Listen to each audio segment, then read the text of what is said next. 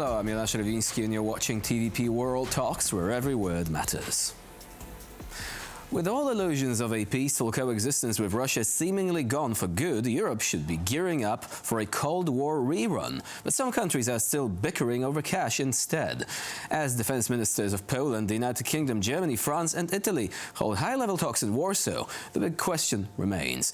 Will Europe heed Trump's call for a 5% defense spending threshold?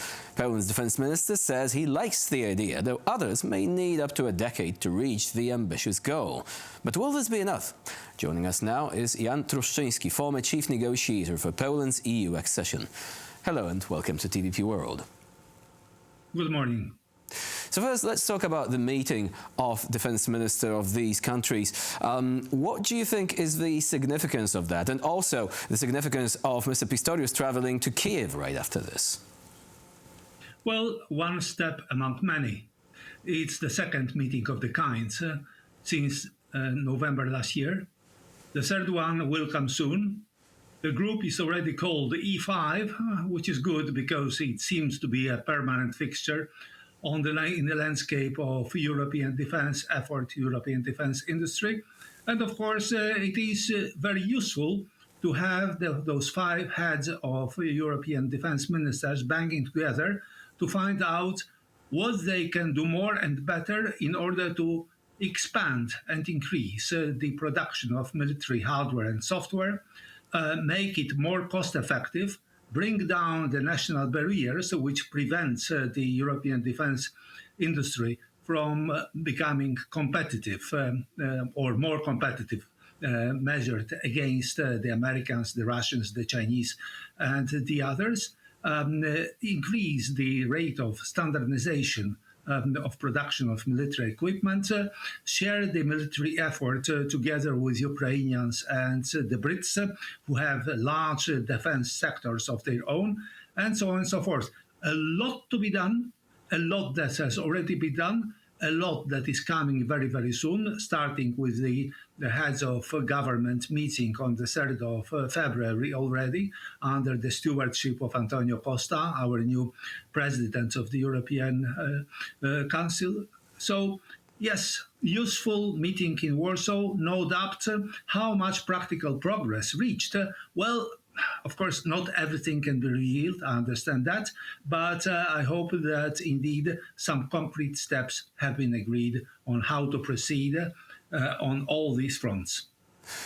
Now, this happens as the NATO chief, Mark Rutte, delivers a stark warning to MEPs at the European Parliament.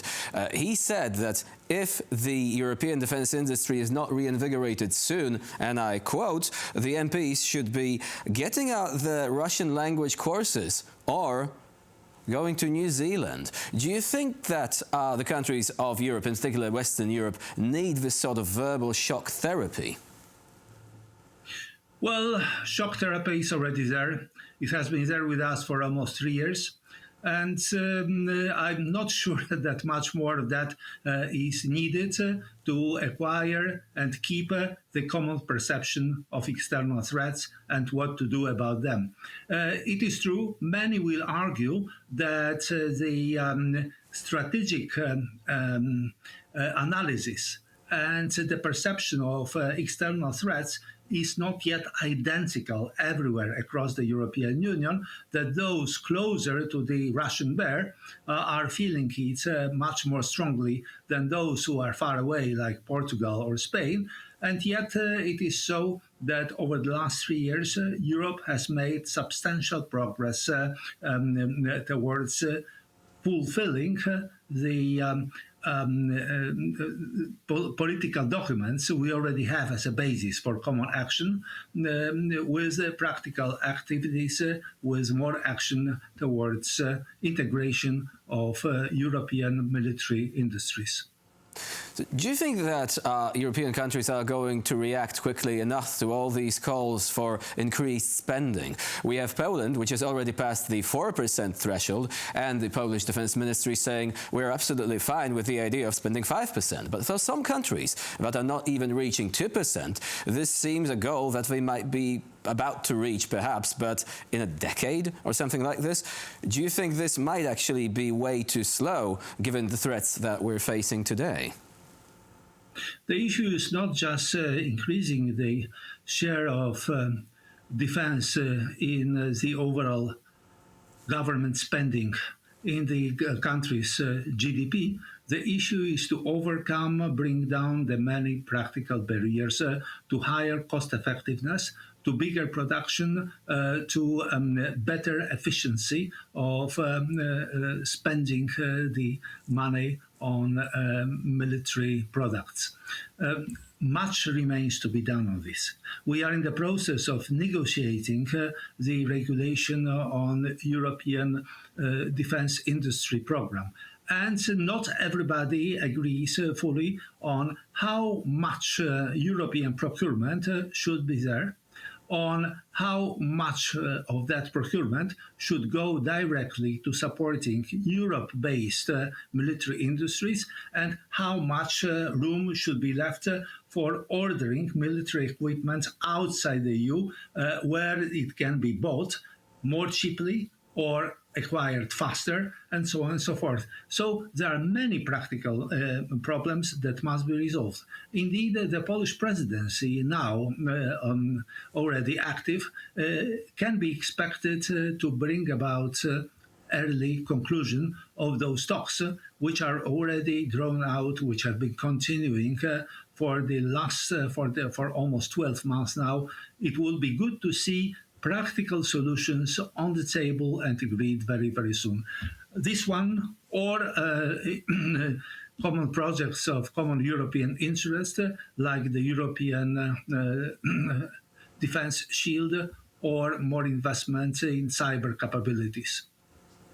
Do you think that the question of procurement could be the major stumbling block here? Mark Rutte, for example, said he has nothing against involving allies from outside Europe in the program. He said, and I quote, "Involving non-EU allies in EU defense industrial efforts is vital, I believe, for the security of Europe." But do you think some countries might still say, well, of course, but we would like our defense industries to profit first?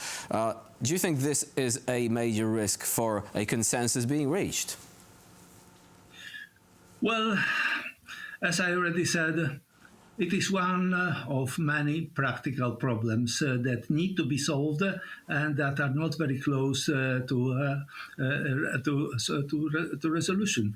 We have had a DIRPA for quite a while now, since 2023, an act in support of shared procurement, organizing military purchases across borders.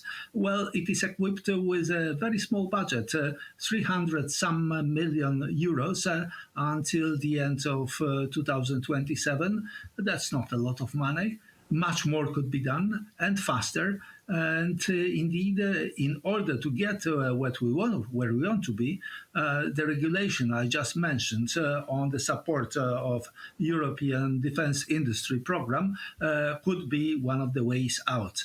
But what I stress is we want to see decisions, practical products agreed among the member states, and this already in the course of 2025. Will it be a breakthrough year? I do hope, yes, because after all, there is much common will, as evidenced by the words spoken at yesterday's meeting here in Poland of the 5 defense ministers, but products are yet to come. Minor products have already been with us here for a while, like the order placed by the Danes with the Ukrainian defense industry to produce drones, ordered by the Danes, paid for by the Danes, and offered to the Ukrainian army in support of their defense against the Russian aggressor. But more can be done, and indeed discussion yesterday focused inter alia on exactly this issue. how to organize joint ventures, allowing to use better the Ukrainian defense industry capabilities, financed by European money, and organized jointly with European defense companies, preferably across borders, but if need be, in bilateral relations and in bilateral solutions between Ukraine and individual EU member states. However, I stress procurement across borders, procurement on a much bigger scale, procurement with national barriers brought down. This is the way forward, not the only issue, but one of the main issues. And I would like to see practical products agreed among the member states already in the course of this year.